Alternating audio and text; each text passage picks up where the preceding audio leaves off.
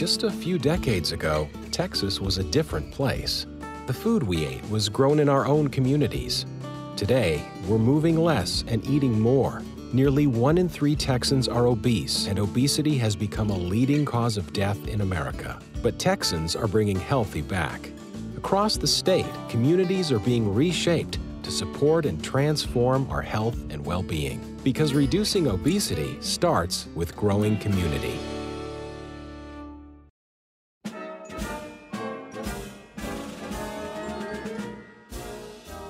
Energy density is a way to classify foods, specifically healthy foods, as they relate to weight and weight maintenance. So energy density looks at how many calories or energy is in a food for a certain amount of volume. High energy dense foods tend to be potato chips, ice cream, candy bars, things that most people might call junk food. Low energy dense foods are typically fruits and vegetables, whole grains, lean proteins, the kinds of foods that we've been telling people to eat for years. Obesity on a basic level looks at energy in versus energy out. So when it comes to energy dense foods, if people were able to eat lower energy dense foods, they would be less likely to gain weight over time. Yeah, for lunch yesterday, I wasn't on campus and I had like tater tots and a bowl of cereal. And like, that's what I ate, yeah. Communities have to start looking at what they're exposed to on a daily basis. What do you come in contact with when you go to work? Or if you go out to eat? Or if you grab a bite on your way home? All of those things influence our decisions. And so you may have the intention of eating healthy throughout the day, but if those options aren't affordable and available and abundant, you can't.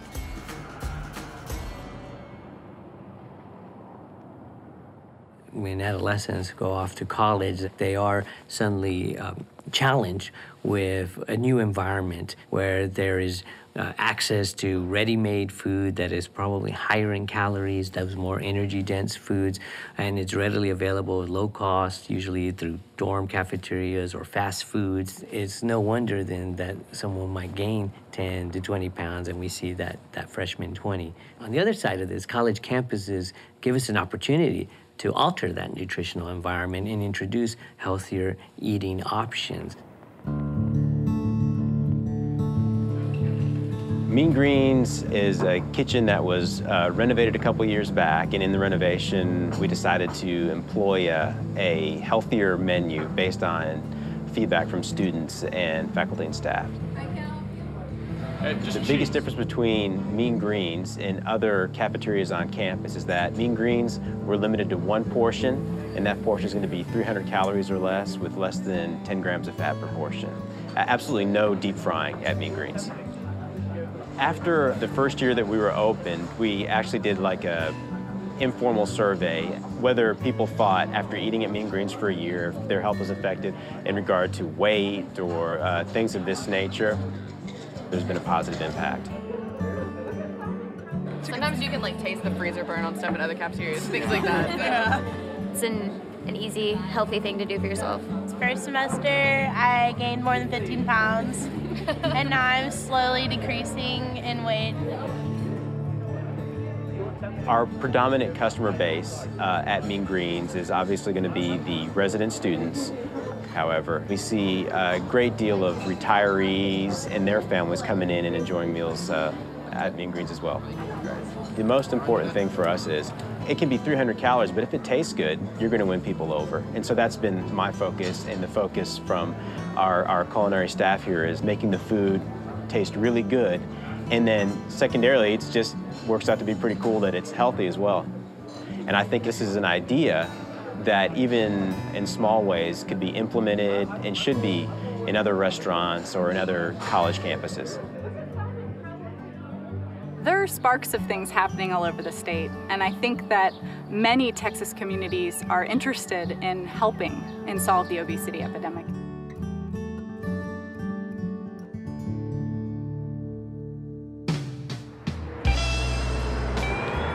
Capital Metro is the regional transportation authority for the Austin area, and so we operate the public transportation bus service for the city of Austin, and we have about 1,250 employees, and close to 600 of those are bus drivers. Our healthcare costs were increasing dramatically year after year. We were looking at healthcare costs increases on the order of 25% per year. First of all, bus driving is kind of a sedentary job. A lot of the employees felt like they did not have the time to eat healthy meals. I think someone coined the phrase, it's a biscuits and gravy type of culture in terms of food. If an individual is struggling with obesity and they're trying to make healthy choices, but perhaps their worksite cafeteria doesn't offer any low energy dense foods, what are they supposed to choose? Eventually, we started looking at the food that was being served on site. So we originally started talking to our contractor and asking them if they would consider offering some healthier options and identifying them as healthier options. Going places, but you didn't have a car and I didn't have a job, oh no. My name's Deborah Teague. I'm a bus operator. I've been a bus operator going on 14 years. I'd just eat whatever appealed to me before, and now I make choices about fiber and fat, just trying to put stuff into me that's better and put more of the good things like fruits and vegetables. 5 years ago, I would have ate, hamburgers, french fries, or chicken, or whatever they have in there. Today, what I had in there was a salad and some yogurt. I'm eating healthier. I'm making my own lunch for out on the street, and I'm eating healthier out there also. In our cafeteria here, we have a healthy options menu, and you can come in and show your badge, and we'll cross your name off the list, and you'll get a pack of 5 coupons, and you can pick up 1 pack a week. First come, first serve. And so by giving employees a $1 ticket, they can go in there and purchase those healthy items, and it's basically free. That's a good incentive for me right there. I don't have to spend no money. I'll go talk to Faye and see if she's happy. The thing that I think has been the most rewarding for us is to really see how our program has impacted individuals' lives. If you know anyone that's ever tried to lose weight, it's very difficult to do on your own. And we try to provide a very supportive environment for those of our employees who want to make change. That's what I looked like over 200 pounds ago. Having healthy choices down in the cafeteria have made a big difference in how we handle our food when we get hungry here at work. It's been a big help. Because they're actually following these programs, then we're seeing a decrease in our health cost. And they're very real costs that are decreasing every day. They have changed the environment here because they're giving us the tools to lose weight. I've lost about 14 pounds. I gotta wait, but I can do it. We have a lot of people that I think really appreciate the fact that it's a nurturing environment in terms of being able to reach your goals.